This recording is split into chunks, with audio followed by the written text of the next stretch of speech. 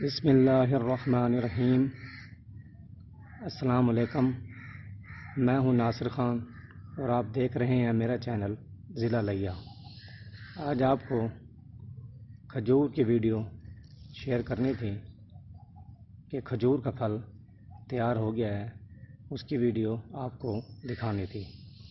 ये है खजूर का पौधा, इस पे फल लगा हुआ है और आप देखें कितना छोटा सा पौधा है ये, और इस पे फल आप देखें ये लगा हुआ है। ये रस्सी से बांधा हुआ है इसको मैंने। पौधा बहुत छोटा था तो फल ज़मीन पर आ जाता था।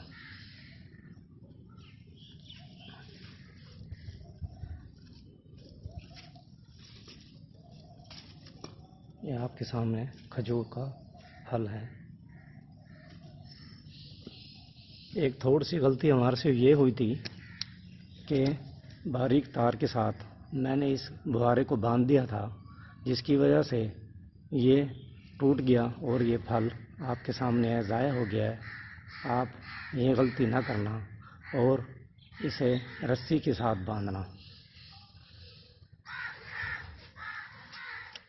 ये आपके सामने खजूर की वीडियो है। उम्मीद है आपको पसंद आएगी। अल्लाह हाफ़िज़।